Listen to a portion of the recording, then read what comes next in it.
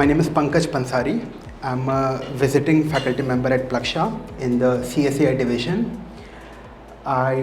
This semester I'm teaching a course on computer systems, and my research interests, they lie in machine learning and optimization algorithms.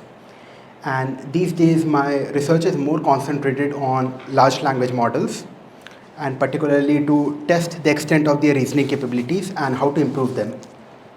But today's talk, I'm not talking from the perspective of a researcher, but rather I am here to share my learnings, being a sort of heavy user of these models over the past many months. So what I want to discuss with you is how can you make the most effective use of these models and what we should be careful of when using these. And also, what are the different options which you have available? So prompting is the way we interact with large language models, ChatGPT, conversational AI models, and that is how we tell them what we want from the model, what is the task. Now, prompting is very important because LLMs, they can't read our minds. We need to tell them what we want, and the output is as good as how good our prompts are. So just like the value of communication, of saying things clearly in the real world is supremely important when we communicate with our human colleagues. For instance, we write an email to a collaborator. We have to be very detailed in our task, else there might be the person might not get, and so on. The same thing it is with large language models. Yes, they are improving, they might become more capable, but that doesn't mean that they will read our minds. So this ability to be able to design prompts well is always going to be relevant, even as the models become more powerful.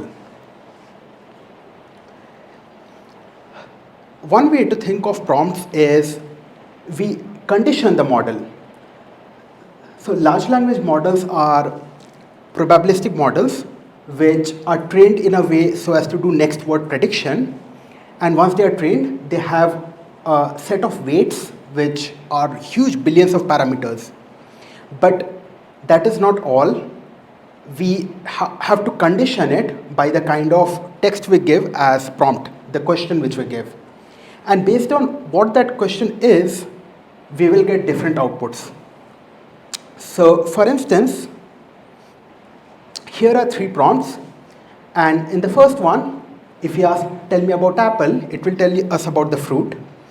Tell me about apple fruit, or rather in the first one, it would maybe most likely start talking about the apple company. In the second prompt, it might start talking about the apple fruit. And in the third prompt, it might start talking about what this phrase means, apple of my eye. The output is very different based on just like a few tokens which were added to. So what we give as input, as prompt to the model, it has a large effect on what kind of thing which we get as output. We are going to discuss some strategies for which the models, they kind of react well. Yeah. Yes.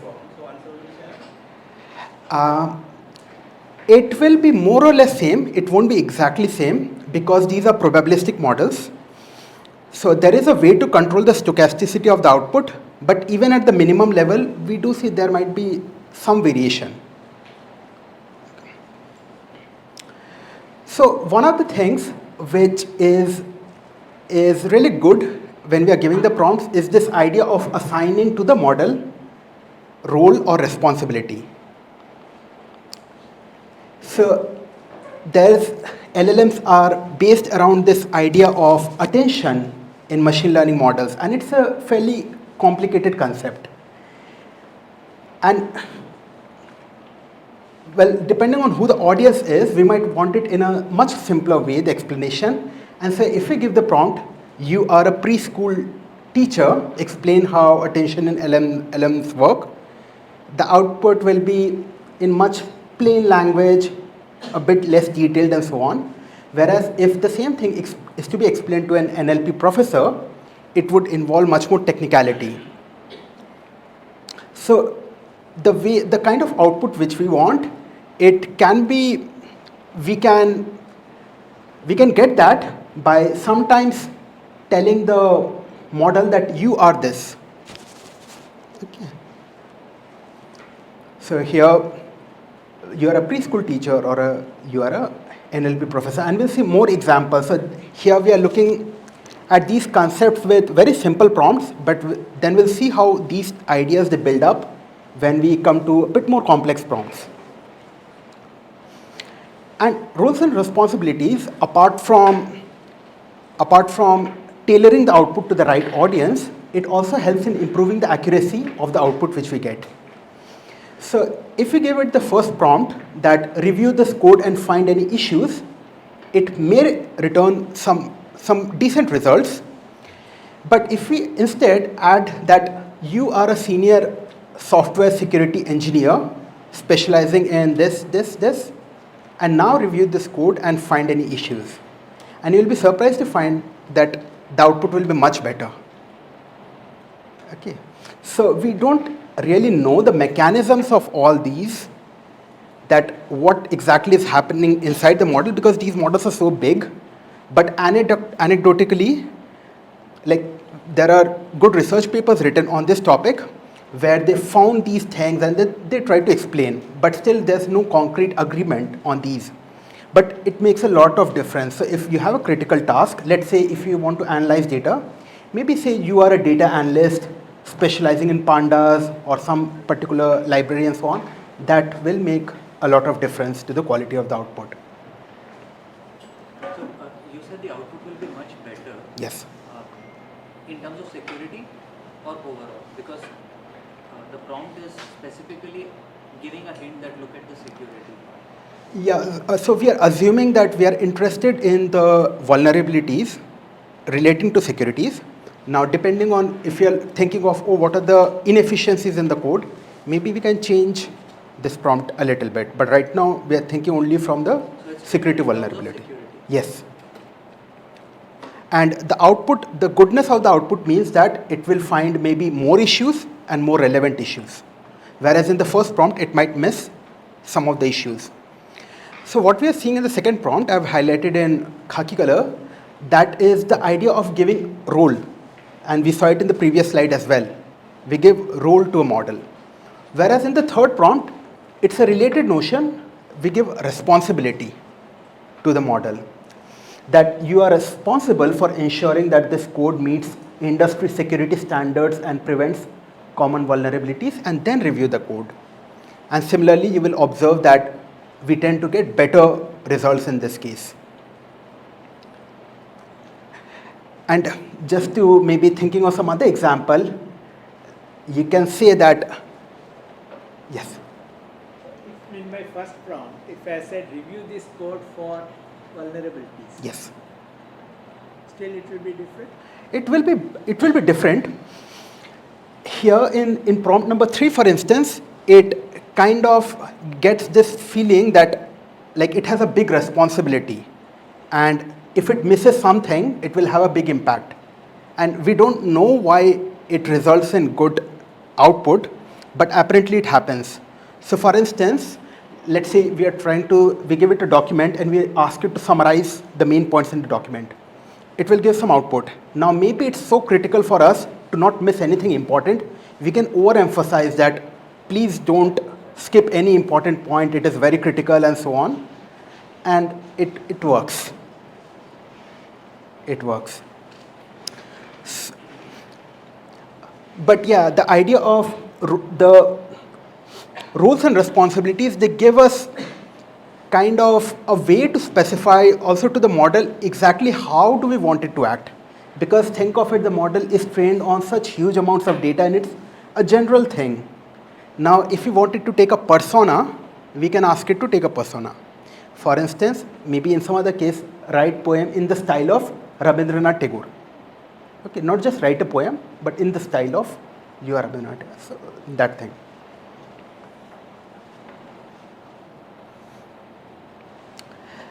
So let's say that we have this task of trying to remove from a piece of text, we want to remove personal information and we want to replace it with X's. So we can give this prompt that I want you, so we talk to the model like you. I want you to de-identify some text by removing all the PIIs from it and so on, and then we give it the text from it which we want it to remove the PIIs. So we are describing the task here, and the thing which we have to ensure when using these models is that we give clear, specific instructions to the model what is to be done. So here we do say to an extent it's all right, but then the question is like what exactly do we mean by PIIs? We can be more specific and say that PIIs, they include names, phone numbers, addresses, and so on, and we want them to be replaced by triple X's. So here we have been clearer, we have been more specific, and that is what we want. Any questions? Yes. I find it interesting because you emphasize the prompt has to begin with I want you. Is there a reason for that? I mean, you could say please de-identify something without having a personal pronoun. No, it doesn't make so much of a difference. And I do what you say.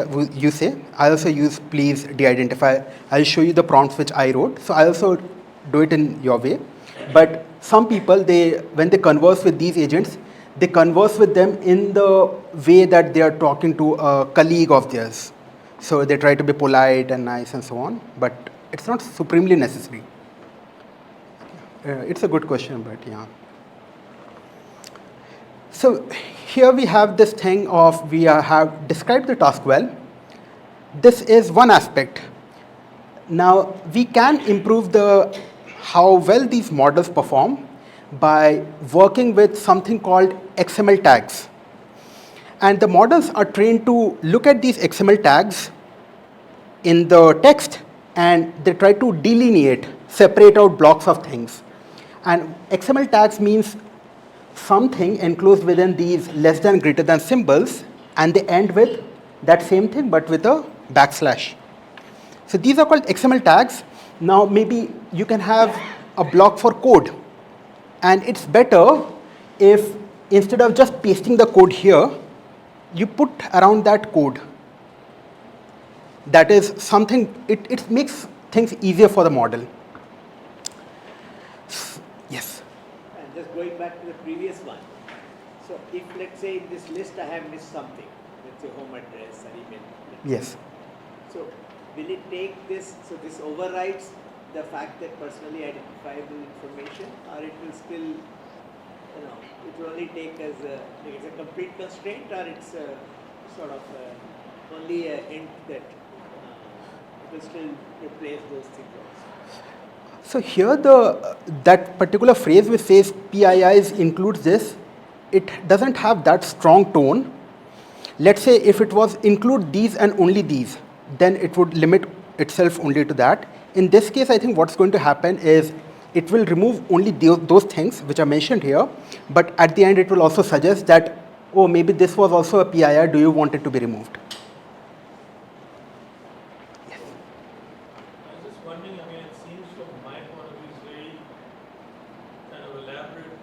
Yes. There's many parts in the sentence and subclauses and so on and so forth. Supposing you just said remove PII, would that work? I mean, why is there a necessity for? Yes. It's almost like you talk to someone who wouldn't understand. Yes. What to do. That's a very good point. I think the way to look at it would be that we work with these things iteratively. We have a task. First of all, the best thing to do would be what you suggested. That if that's a natural thing to do, if that works well, that's fine. If it doesn't work well, then we may have to be more specific and so on in the prompt. Now it may feel that, oh, like just think that here we have one piece of text and for that we have to write so much. I may just as well do it myself. But I am more emphasizing this from the perspective that maybe you have a text document with thousands of these, and you can give it as an attachment to the model. And then what we specify here, it has a lot of value in terms of the final accuracy we get. Pankaj, I have two questions. Yes. My first question is your hunch that all these LLMs are probabilistic based? I'll wait for your answer before I ask the next question. Yes. Okay. That's what I thought as well. And then I started working with O1 Mini and similar GPTs. O1 Mini, are you familiar with O1 Yes, Mini? O1 Mini, yes. So I've actually worked both GPT-4o as well as O1 Mini. Yes. And in fact, this came up when I was collaborating with somebody outside India. They're working on a LLM kind of GenAI model for solving very complex mathematical problems. Has nothing to do with tasks like this. Yes. And on many occasions, I fed them a network, sometimes in words, sometimes in pictures. I was amazed that it was not only able to identify the correct nodal points, what kind of load balance equations have to be applied, how the problem has to be decomposed to come up with a solution which is more efficient and accurate. And at the same time, what I felt like, because I was checking at the same time whether this question, because the kind of work I was doing with them required me to provide questions that did not appear in any archive anywhere in the internet. I see. Also, these are completely unseen problems they could not be picking up. Right. Forget about the answers, not even the questions. Yes. I could not write a question for which the O1 Mini and the model that they were working on did not come up with an answer that was very close to the correct answer. Right. How is that? How could that possibly be only a probabilistic model? There has got to be some kind of reasoning going on. There's got to be some kind of critical thinking. What's your sense? That's a very profound point. I would say that I don't have a clear, very concrete answer. I can give you just my perspective. I don't think even the community has a clear, definite answer. So these are probabilistic model in the sense that these are more sophisticated probabilistic models. So let's say that we were building a very naive probabilistic model. We had a text corpus, and we were asking it to just look at a word and try to predict the next word. That would be a probabilistic next word prediction model, but it wouldn't be so good. And now as we increase how many words it looks before predicting the next word, it makes the model more capable, but at the same time it increases the complexity of these models. So with the LLMs, this thing has gone to an extreme. They are also doing next word prediction, but they are doing it in such a sophisticated way that we can't just say that, oh, it's just doing next word prediction, then how can it be like do good reasoning task? So this is not at all a next word prediction problem. I mean, I was asking them, what is the latency in the network? What is that average sojourn time of a closed loop, multi-loop network, right? So these are not even anywhere close to the problem that you're talking about. Yes, yes. They're identifying balance equation, what are the correct equations, how to apply the laws. This looks like far more different, not just. Yes, it looks far. complex. Definitely, we can look at that case and say that there's definitely some reasoning happening. Why is that reasoning happening? We don't know, because these weren't trained specifically to do reasoning. They were trained to do sort of next word prediction, and this phenomena where they weren't trained to acquire some abilities, but they anyhow acquired, that's called emergence. And it's something which we know from experiments and so on.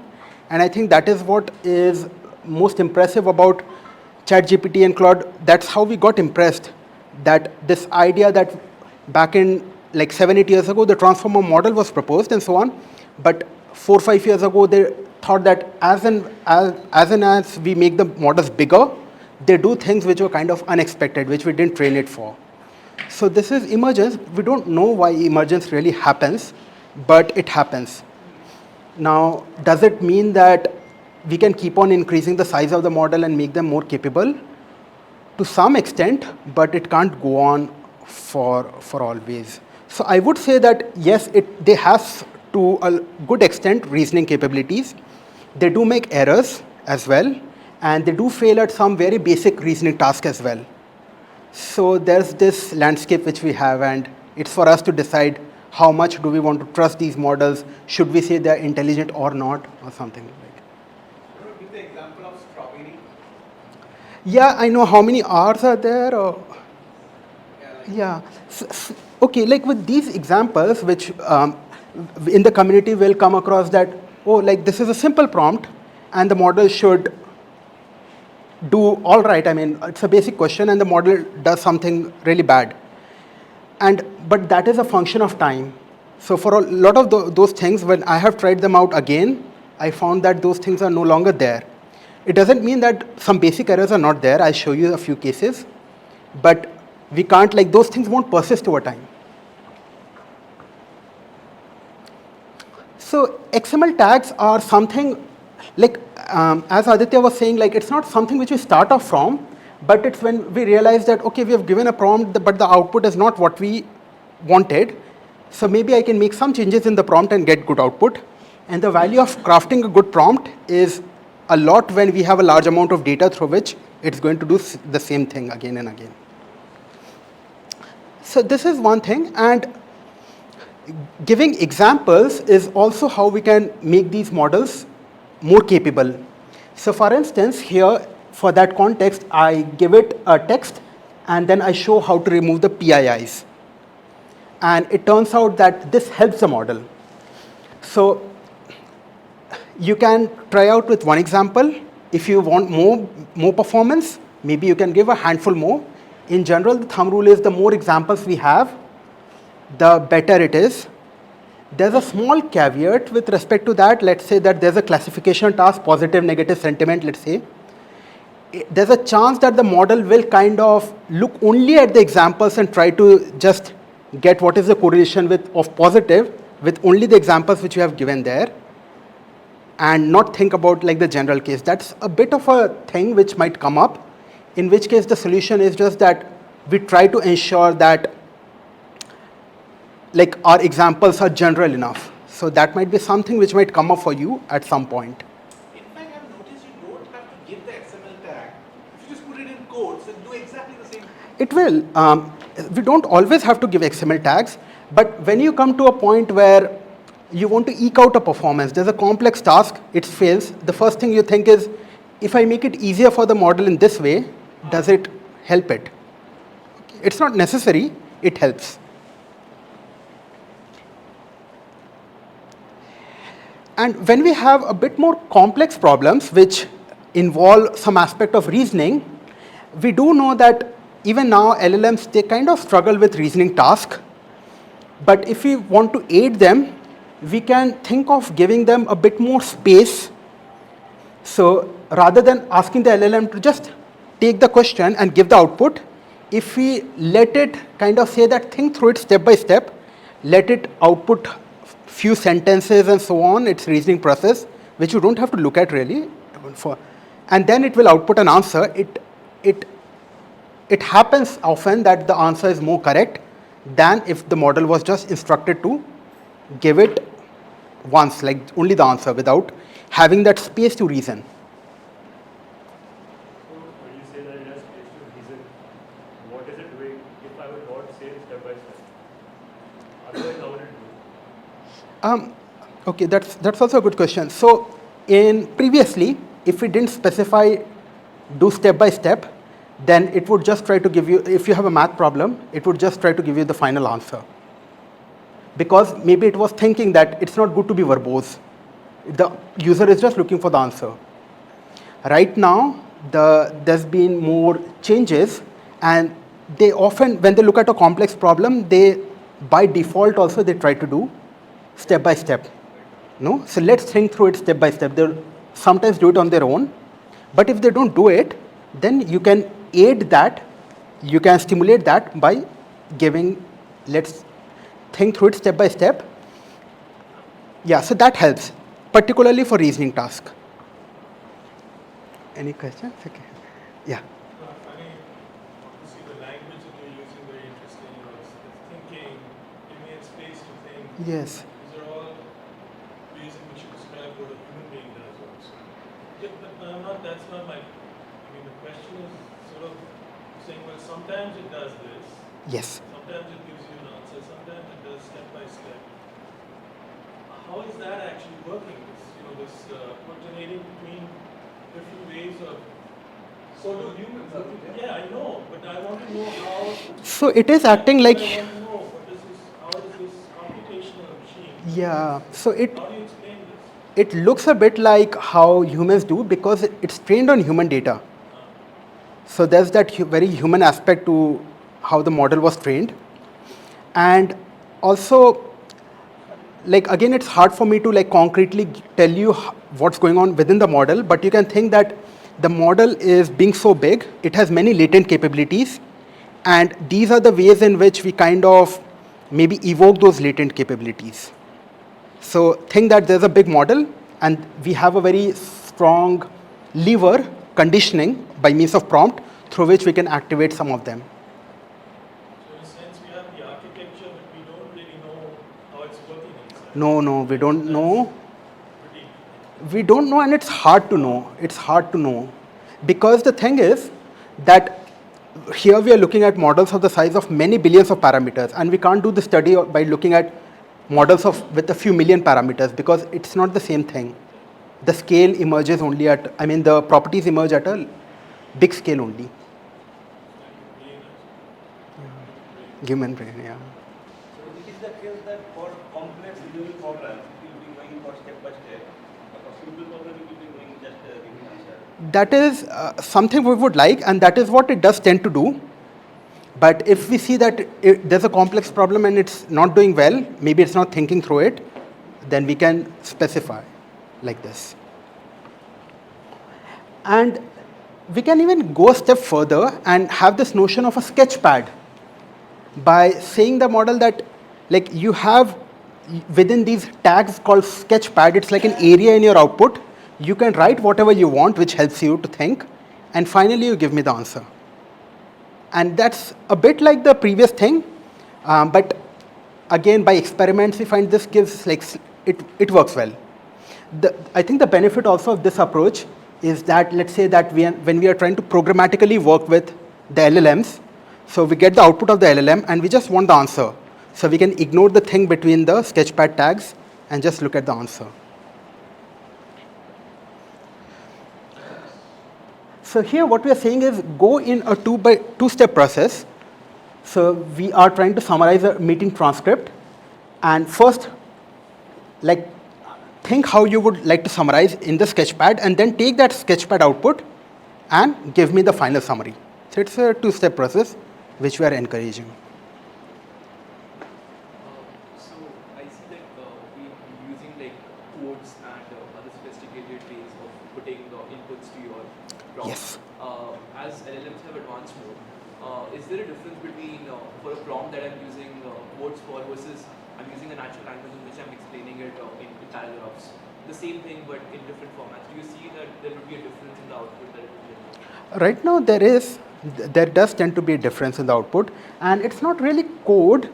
I mean, see, we could have removed these tags and just said like summarize the transcript within provided sketchpad and so on. It would roughly do the same thing, but when we interact more with these models, we feel that it's better for the model to look at a bit more structured input, and it is better for us to work with more structured outputs. So it is why these XML tags, they just help us to structure things a bit more. Otherwise, everything is natural language only. Oh, okay. I mean, just coming back to this, that it can alternate between different kinds of responses. Yes. And that itself maybe constitutes a sort of probability. Right? What response is it going to give? And can you ask it to tell us about the probability of whether it's going to answer in terms of step by step or an immediate complete answer? And then what would happen? That would be an insight into the workings of the LLM itself. You get, I don't know the question. Yeah. So it's unlikely that the model will give us the probability. We can do that experiment by maybe programmatically querying the model with the same prompt maybe 100 times, and then parsing the output by just looking where step by step is there and where it's not there and looking at the fraction. We can do it. Some people had tried something similar to find out how ChatGPT works Okay. in the beginning. In the beginning. And then they turned it off because they realized that they are doing this. Okay, I see. So some people actually try doing this. When they realize that people are doing this, they turn this feature off. So now it says, I won't tell you or I can't tell you, or it just goes off. Well, I mean, it could tell you, supposing it came up with a causal explanation for why it itself is operating in this such a way. That would be a fascinating answer. So it can give you that answer somewhat. I feel like, Pankaj, if you may allow me, I feel like there are different bifurcation points in its solution space. Yes. And you can nudge the LLM in the way you want. It's the most probable answer. Let's say you don't want to put an exception, you nudge it in some other way. It will go in that mode of thinking, It nudging, so yeah. to speak. Yes. So it has all that inherently built in. Yes. Whether that is displayed or not is a question of what version of the model. What you version use. of the model, yeah. What I feel. Yeah. Asking it that is a kind of a self-reflexive question. Asking it about its own probabilistic nature is a self-reflexive question. I mean, I haven't, maybe, but Yes, but it's not allowed. so for instance, when these models are trained, and afterwards there's something called a system prompt, which directs how the model should respond and so on. And that is something which the creators of the model, they put kind of give to the model before it starts responding to us. Now, if you try to ask the model that what was the system prompt, what did your creators kind of give you, it won't usually tell. So it's not that it will be very transparent about how everything works, how many attention layers do you have, it doesn't know about all that thing. Not transparent. And particular, I mean, Not for the human being. yeah. Okay, so maybe we proceed, and here, I mean, I'm taking things up one more step further, where I'm being quite specific as to, in the Sketchpad, what are the kind of things which has to be extracted from this. Yes.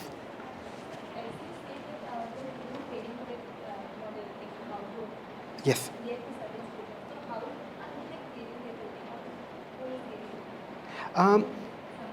So there is a system prompt. Maybe, okay, it might be good to look at that. Okay, let's look at it. It's a bit instructive to look at that thing.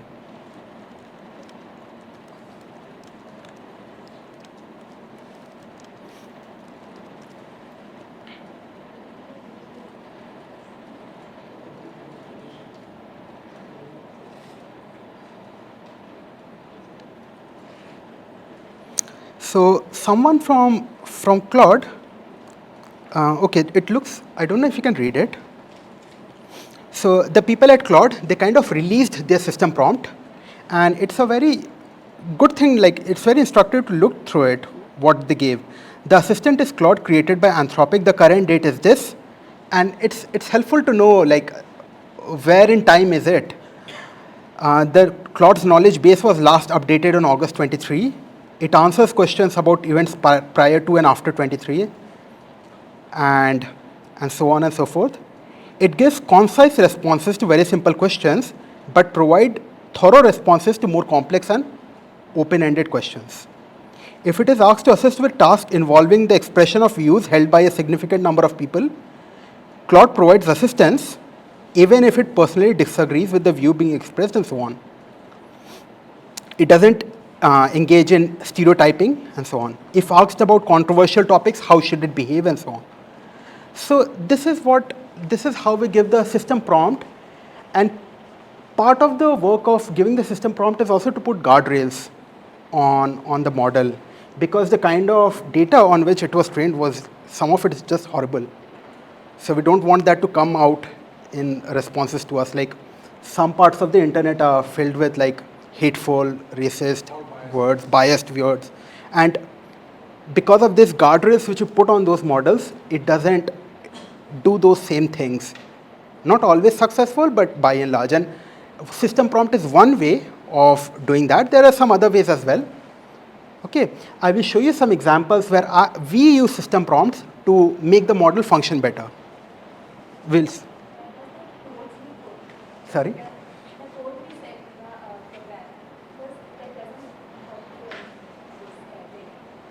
I don't get. I didn't get that. Yes. We give prompts. Yes.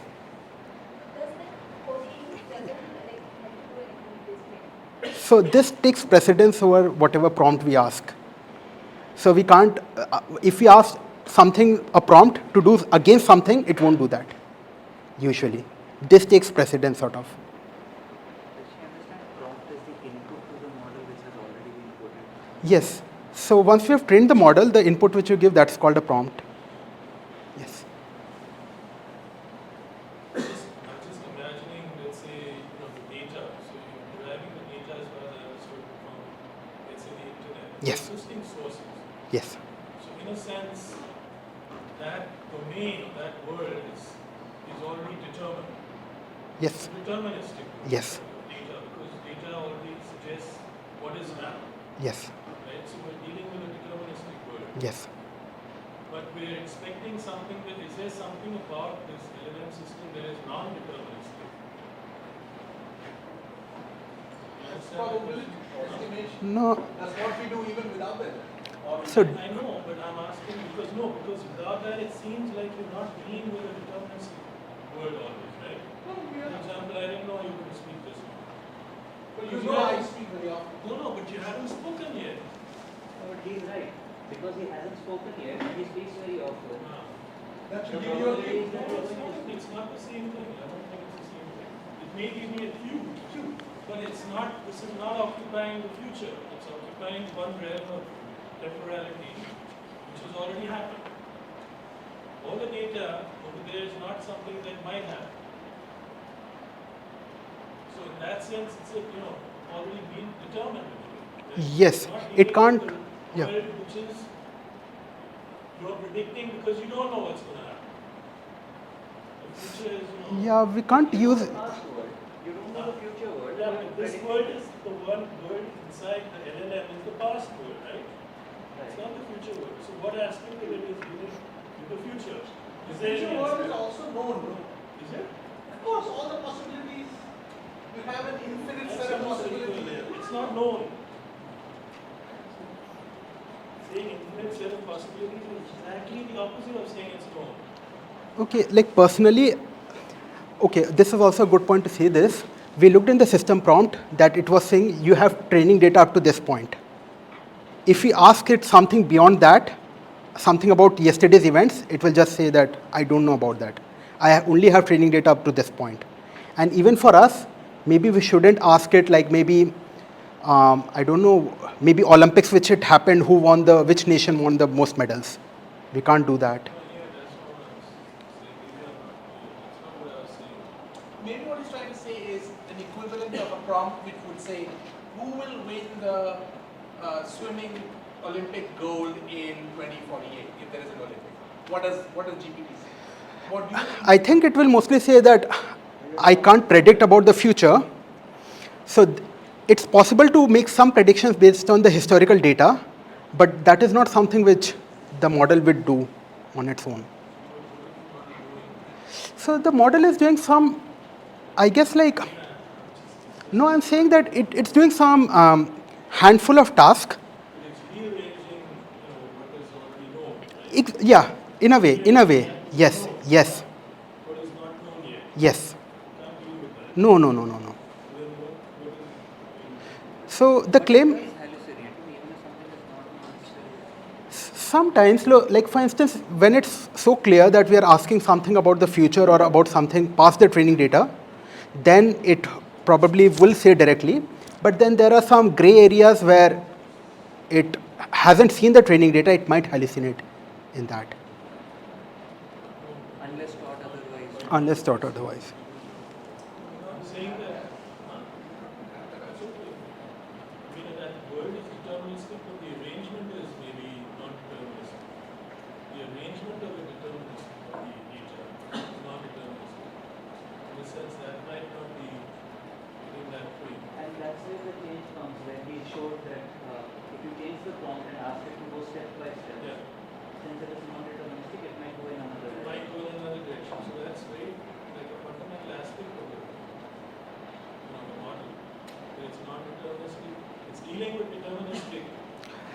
Yeah, word and yet it operates.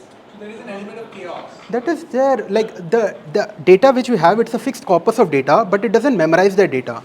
It instead learns like statistical dependencies between phrases and words.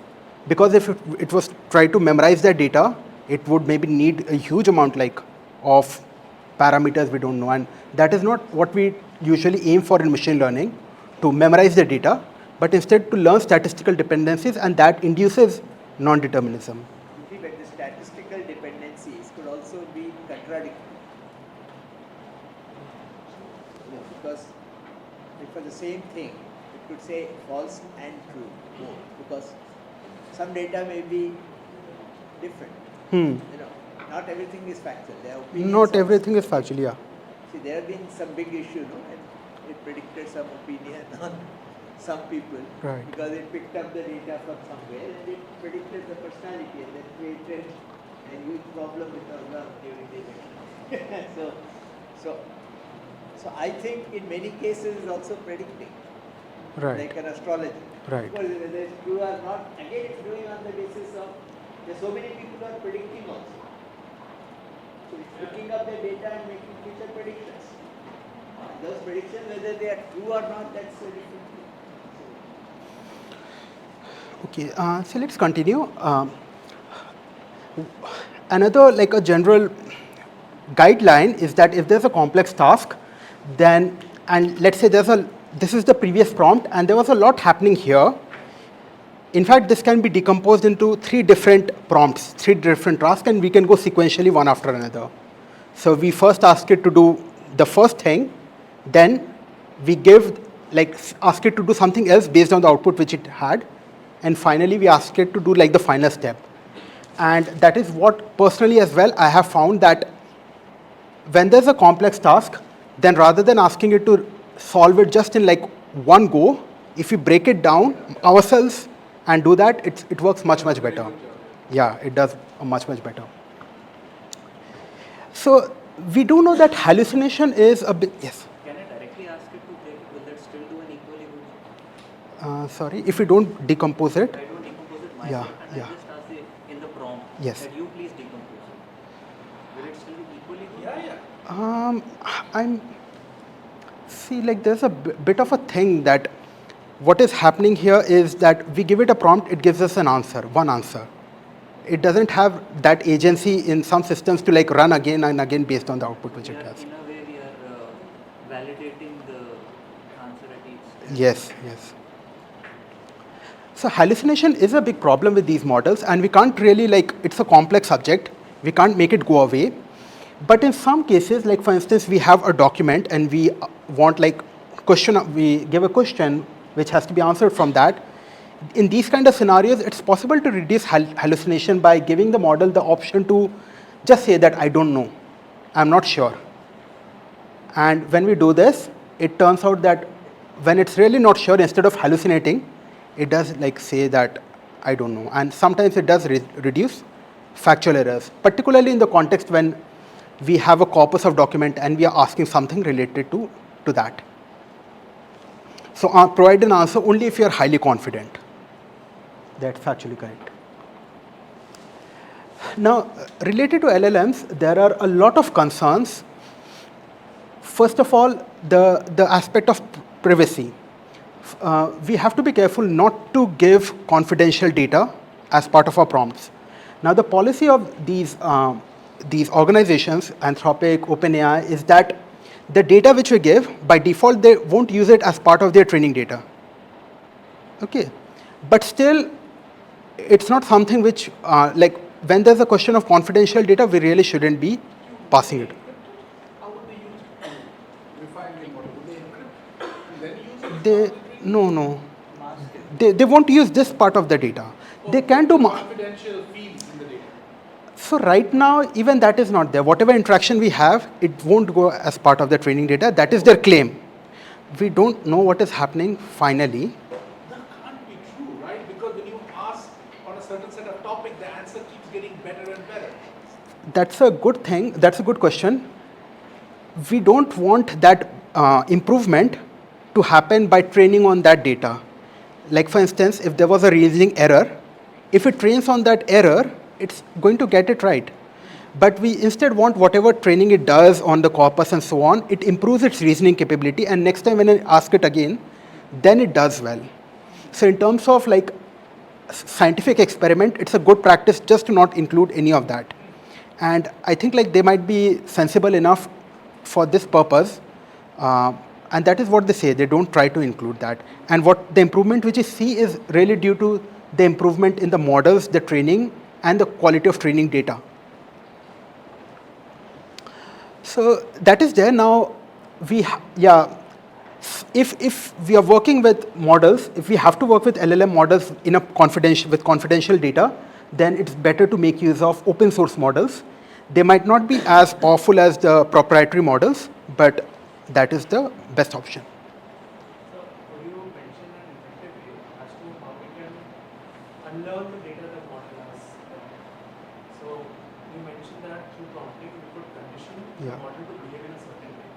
Now, if suppose if I take ChatGPT or OpenAI, they have tools they have taken when they were building the model. Through scraping, they have my private data. Yes. My credentials. Yes. Now, if I want to unlearn that data, how can I do through prompting? It's a very hard task. I think people have started looking into it as research topic, but we don't have like clear methods to be able to do it. It's like very hard to do, to be able to unlearn something. Yeah. So I don't know very well what would be the answer for that. Bias, the data which we train on is biased, and it reflects sometimes in the model's output. Now, the organizations, they have tried to do something to counter the bias, but it sometimes happens that they go in the other direction. So for instance, sometimes it happens if you ask a model to generate a picture of George Washington, it would generate a black George Washington. So just so as not to be focused on white people and so on. So it's not something which is working very well right now. It's like a hot topic of research. One thing is that one interesting thing which I found was this company called Anthropic. What it's trying to do is within these models, it's trying to identify, can we say that some of these neurons are racist neurons? And then can we racist neurons that they have that?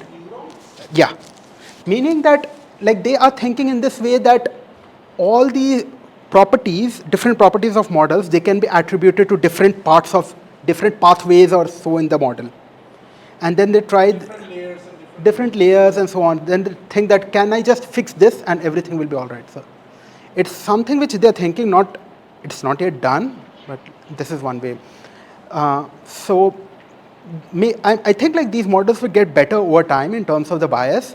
Misinformation is also a big concern, that because these are generative models, they generate text, images and so on, and then they populate the web in terms of blog posts and everything.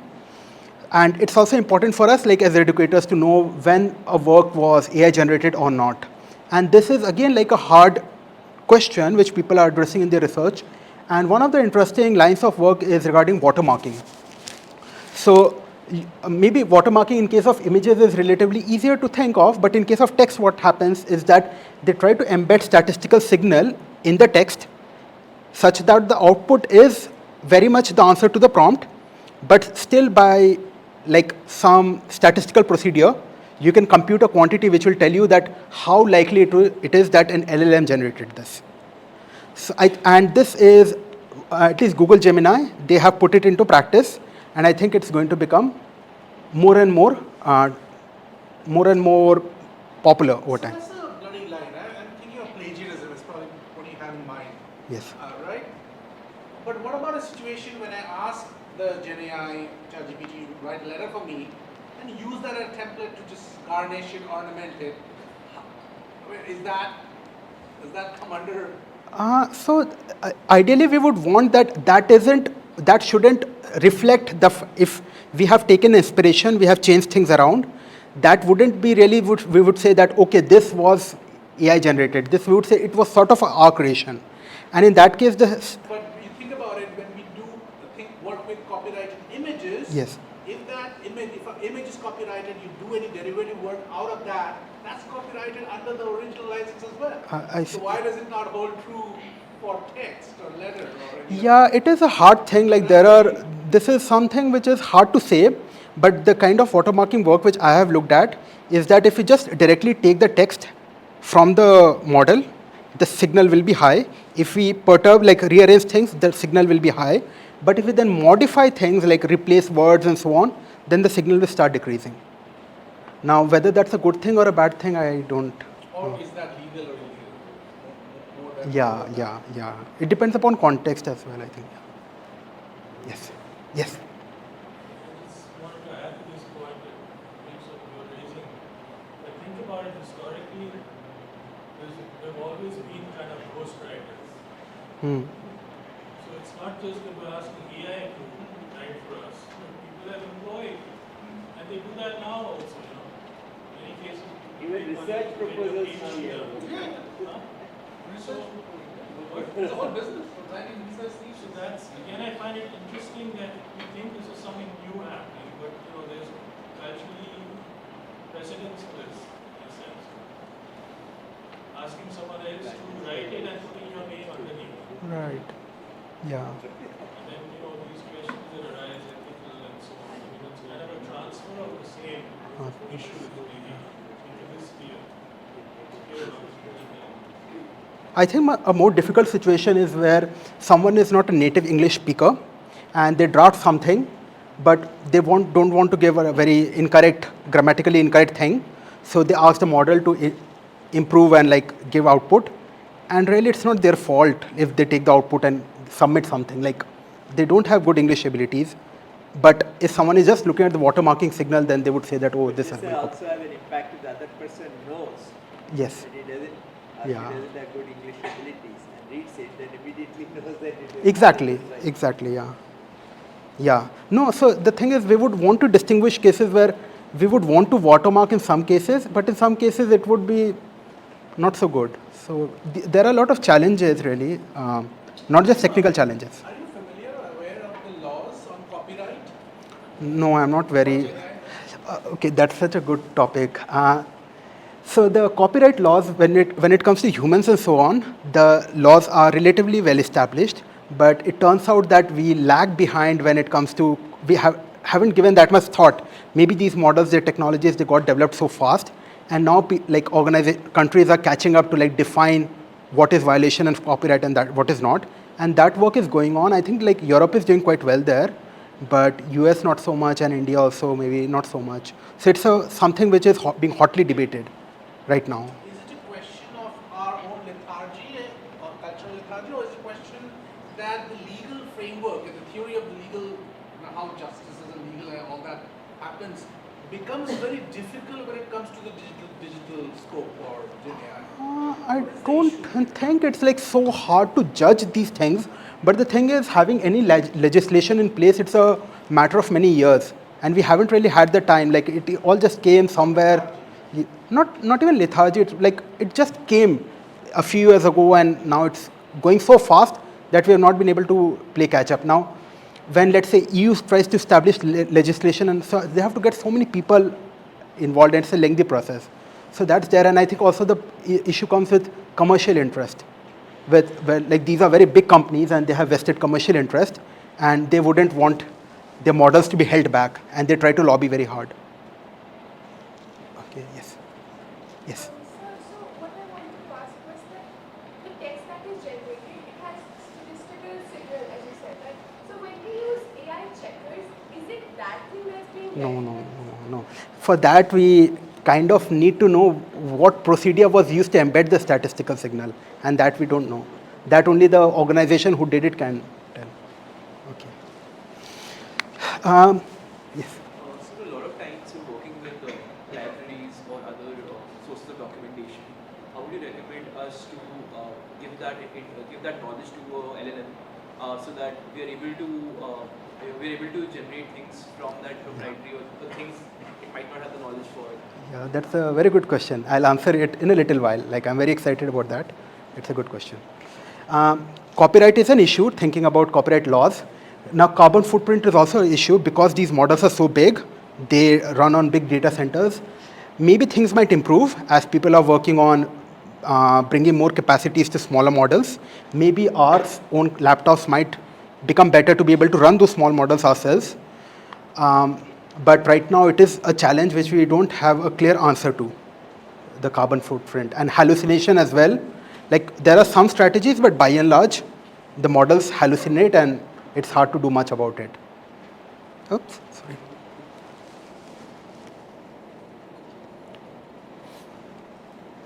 And finally, like some thumb rules, that there are different models available out there, and we can enumerate 3. Those are the most important. First, ChatGPT by OpenAI. Second, Claude by Anthropic. And the third is Gemini by Google. In terms of their, and within each of them, they tend to have 3 models. One small, one medium, one large. I would say if personally I use the most capable model in the Claude family from Anthropic, because I have found them that to be the best. ChatGPT, it is good, but not as good as Claude from Anthropic. Gemini, it does struggle with reasoning task, but it has one very strong advantage, something called context length, and we will see what we can do with context length in a bit. But in general, like you have these options, and probably all of context length means that let's say that how long can be our message? No, the message what we give, and what we write as message might be small, but we can say that answer questions from this document which I'm providing you, and that document can be maybe even a novel. So the scope of the query. The scope of the query, yes. It could be multiple questions in sequence. Yes, yes. So you, maybe most of you use ChatGPT models, and that is because it's something like Colgate, like when you think of toothpaste, Colgate and so on. But I would encourage you to start using the Claude model from Anthropic. I started using it because there was a lot of criticism of OpenAI in terms of like their bullying power, like their privacy laws and so on. And Anthropic was doing much better. It does pay more attention to these things, but right now the state of the art is that the Sonnet 3.5 Sonnet model is the best we have for a lot of things. With images, Cloud? Yes, Claude works with images. No, how does it do comparison between ChatGPT? I don't see, like there are benchmarks. I One don't. thing that ChatGPT just bugs me a lot is when I work with images and I wanted to remove certain words that it's printing, it doesn't seem to understand what I'm asking. Is it better in Cloud? So tell me, you give it an image. Give me a digital sketch of a classroom. Okay. Okay, and then it draws something and then it writes something, right? Let's say it's Yeah, like yeah. machine learning by Pankaj. And I said, no, I don't want any words written. I want you to remove it. It'll remove something, it'll put like Professor Bala is awesome. So no, I don't want any words. Can you remove it? Then it say, no, Mayank is present in the class. It just doesn't seem to understand that I want no words in the image. Yeah. It's something that I, So Claude doesn't do any. especially with respect to images. Yeah, so images are tricky. Claude doesn't generate any images. Oh, it doesn't. Yeah.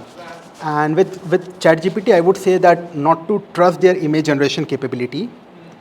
But the good image generation models, they do reasonably okay, but they kind of struggle with a lot of things. For instance, like if you give my image and to return an image, me holding an apple, they do tend to struggle with these kind of things. So image generation, Yeah, exactly. yeah. Why is that? Because it doesn't struggle with, if I ask you to write a paragraph and you holding the apple, it will do that perfectly. It will do, yeah. Text is, yeah, I don't know why. Because the input is the same, right? The input to the prompt is the same. Message in the prompt. Recognize text more easily than an image, or am I not? Yeah, right now I don't know why, like this control generation thing. One thing. Yes. So, we call them large language models. Yes. Okay. Is it go through an intermediate phase of text before making this person holding an apple, or it is directly goes from No, image? it directly goes from. So the When we are saying probabilistically predicting the next word, does it hold anymore? no, actually the image generation models are based on a totally different technology from the text generation models. And what is that? Those are called diffusion models. Diffusion. Diffusion. They are based on a process inspired by physics. They work on stages of like diffusion processes. They don't work on next token prediction. So they are not probabilistic. They are also probabilistic because that process of diffusion It does involve probability inside. Stochastic diffusion. Yeah, yes, exactly. Message limits. So when you use these models in as a free user, there are limits to how much of back and forth you can have in terms of the length, and this gets reset the next day. So to be mindful of that, if you have a lot of things to accomplish in a day, what you can try to do is maybe first of all, the kind of prompt which you are giving, try to be clear and specific with that so that you don't have to clarify later on. Second thing, if you can maybe try to batch some tasks together if it's possible in a single prompt. And the other thing is that let's say you have a chat session and the topic now you want to ask is something totally different. Start a new session rather than working through the same session again and again, because when we work in a session, everything which has gone before that gets passed to the model as part of what we are trying to ask again. That serves as a context. And sometimes you don't need, maybe I was asking about biology right now, and now I want to ask about computer science. So it's better to save that message limit to move to a new session. Memory means that these models, they usually don't have good memory across chats. So we have been interacting with it. Maybe you said that you like pineapples at some point. It won't in another chat remember that you like pineapple. It's not that it can't, it's not technically possible, but right now it doesn't happen. Yeah, but that is consistent with the fact that it's not learning from the prompt. It's not learning from, I was thinking more in terms of whatever past history we have, it gets compressed to a context which goes along with everything every time we give. So it doesn't borrow the context across the thread. It doesn't borrow the context across the thread. Context means that you're learning. But it can learn in the same thread. There it can learn No, from the what I'm context. saying is, if you sort of take a call that whatever prompt I'm giving, it's not learning. That means that it should not use. No, but that I don't No, know. learning is, there are two Within a levels. session is fine, but across sessions, Yeah. it should throw away the context. It does throw away the context, yeah. It should, because otherwise it's not consistent So with the fact. training which we meant is like, it's anything we do, it can't change the weights of the models. So when we give context and so on, it's not really training. It's something we condition maybe a trained model in ways. For example, a lot of people say, I like Apple, I like Apple. Yes. It is in some probabilistic way, human beings like Apple. Yes. If it takes that, it will infer that. Yes. But it doesn't take it, so it is not taking Yes. So, And I believe nowadays if you sign in, context does get carried out. I mean, so we do have in ChatGPT at least like to say that include it in the memory bank, but Claude doesn't have this. I'm not sure how well it works in this thing. But then you're not so sure about this point, because I've tried many times Yeah. asking a query, it gives me a solution. Let's say I don't like it, I somehow reprompt and get it where I want to be. Yes. I log out, I come back 5 days later, then it doesn't give me the original unsatisfactory answer. It gives me the answer that I arrived at. But was it because like you were working in the same chat session or in a different one? Different one. Okay. But the same model. Like But the same ChatGPT model. 4.0. Why Okay. you signed in? No, I I was don't. probably signed it, yes. See, But it's not the thread. The thread is killed. actually with ChatGPT 4, I'm not so sure. They are trying to introduce some feature of memory, but at least Claude doesn't, which I Claude, want. yeah. But at least we shouldn't have this expectation that it knows about us over time, like through our interaction, maybe. 4 has memory. What? 4 remembers. 4 remembers? Okay. You sign in it. It remembers. I think in the ChatGPT UI, you see like in steady state, they just store some inputs about you. Like during the session, if you have allowed it to store something, Allowed. I think it is surfacing, so I think probably it gets embedded. It gets embedded, okay. And the final thing is that these are not search engines, so we shouldn't expect them to have latest information, and at least Claude, it doesn't have access to internet. ChatGPT does have access to internet, but the feature is not so strong really. I mean, I have found that if I give it a link and try to ask something about from that website or web page, it does struggle. So what about Gemini? Gemini is Google, right? Gemini is Google. it already knows everything about you. Exactly. I mean, it's interface As soon with as Google. you use Google No, I meant like, so for instance, as time goes by, news websites, they got populated and so on. It won't be able to answer questions from those updated things and so on. Even from a Wikipedia page, if it's got updated, it won't reflect the updated information. Unless it has been retrained. Unless it's been retrained. Yes, yes. But Pankaj, the GenAI models do what we call as RAG, some kind of a live RAG. So at the back end, they'll run a search API, they'll do a RAG on the API result, which will be passed and filtered. Yeah, so, okay. If, let's say, even with Claude, it doesn't have internet access, if we really want to do, we can extract the information from the web page and give that, then it works better. But Which is the same as what you say. yeah, but it's like slightly different thing that there's something called perplexity, a search engine kind of thing, where we give a question and it tries to answer the question based on like the internet. I feel that it does struggle in a lot of ways. I don't trust it so much for the time being, but at least Claude, it's called perplexity. But at least Claude, it doesn't have that capability, and ChatGPT, they say, but it's a bit weak to be able to look at the internet and answer questions from there. Okay, so with this out, I wanted to show you like just a few things. So I use Claude, and coming to your question, Claude has this feature called projects. And in a project, let's say that I am doing research on the impact of climate change on corals. What I can do is I can collect all the research papers on that, all the data on coral reefs and so on, and I can give it to that, upload it in a project here. And it then forms the basis for what we try to now ask and so on. So, and here what I've done is I have collated some prompts which I wanted to demo. So it's also a good way to maybe group together prompts as well. But the strength really comes when we give it some manual, some LaTeX manual, and then ask it to generate some TXZ figures and so on. Or we can give it some research papers and so on. So this ability is very powerful. I think it's not there available to free users, but it's very likely that it will become available in soon. Something quite interesting I noticed.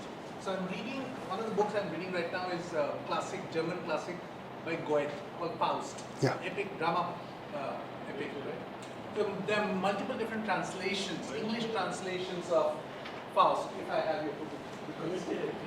Goethe, there you go. So some translations I don't understand, even though they are English translations. So I would take the translation, the English translation, put it in a ChatGPT prompt and ask it to make a more easily comprehensible rhythmic verse of the poem. And it just does it.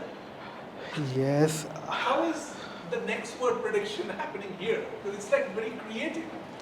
Yeah, so I also noticed that when it comes to creating poetry, creating music and so on, they are astounding. It's not only creating any poetry, because Right. that I can understand. You're just trying to figure out how it matches. It's creating poetry based on a certain translation of a poem Yeah. that it Yes. exists. So it's understanding the context, understanding the rhythmic cycles, and then creating something which I can understand. It is astounding, yeah. So on that note, I think what I wanted to show you was this feature of Claude that we give it, so it can take in input in some other languages as well. So here I gave it some extracts from Madhushala, a Hindi poem. It has a different alphabet, and then it translates it. And this thing, what you see here, this is called artifact. And it's a feature on Claude available to everyone. Now, I felt like it was a good translation, and then it gives a reasoning as to what it has done with this translation, and so on. So one thing is that you can give it things in one language. It doesn't have to be the English alphabet. And you can get this thing here, and now what you can do is, let's say that you didn't like this particular phrase, no courage to advance ahead. And then you can ask it to improve this particular thing in some way in which you specify.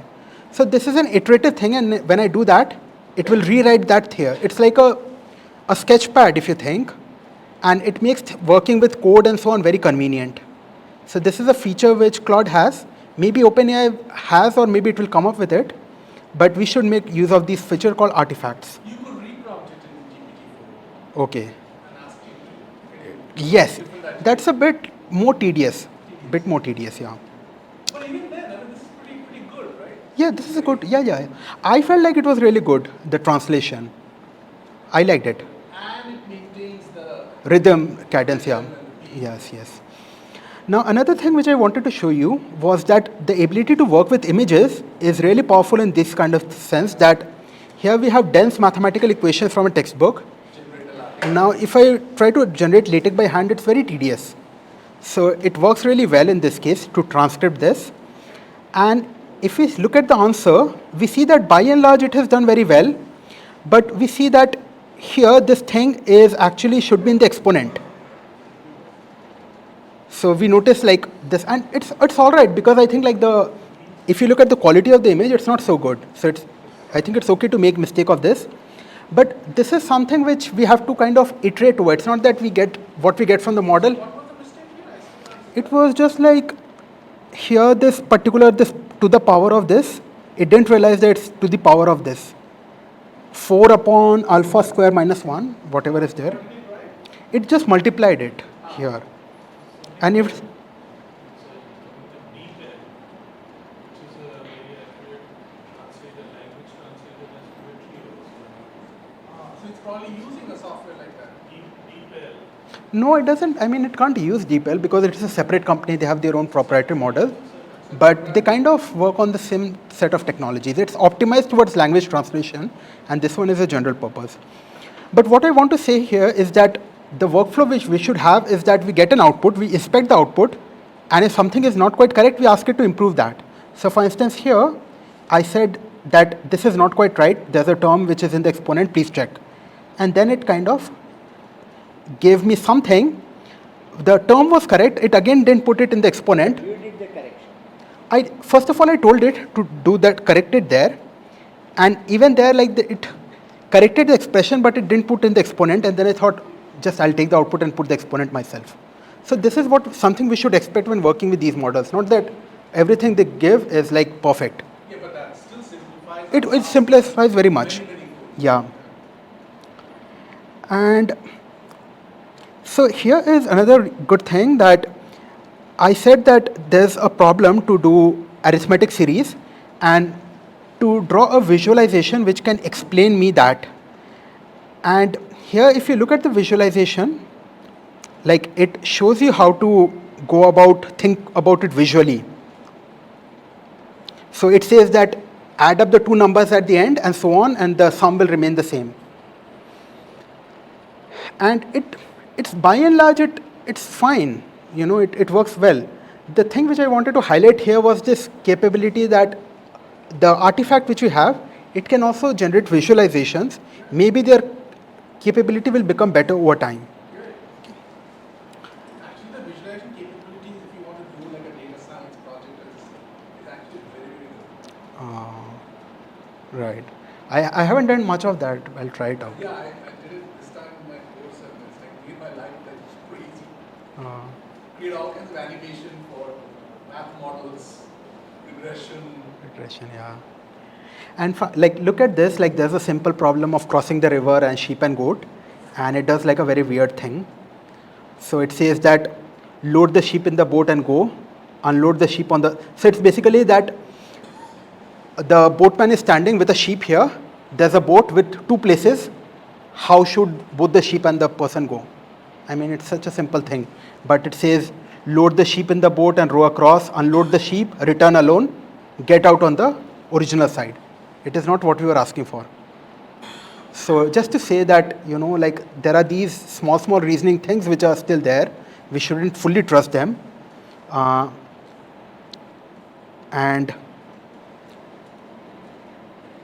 like there was another thing that I ran the same thing again and then it gave the right output. Yeah. So there's also like this stochasticity there, which we should be careful about. So if it is stochasticity, Yeah. then it could have been that the first time they were right and second time they were wrong. Yeah. Yes, definitely. Yeah.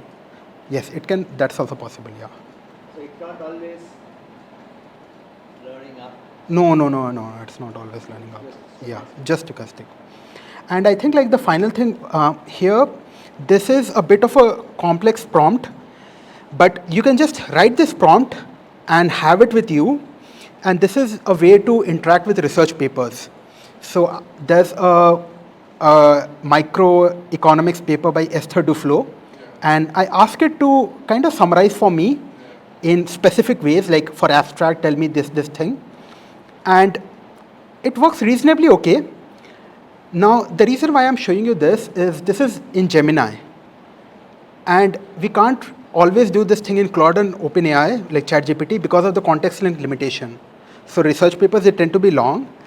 The limit on context length for Gemini is 1 million tokens, which turns out to be 70,000 words, and that's a lot.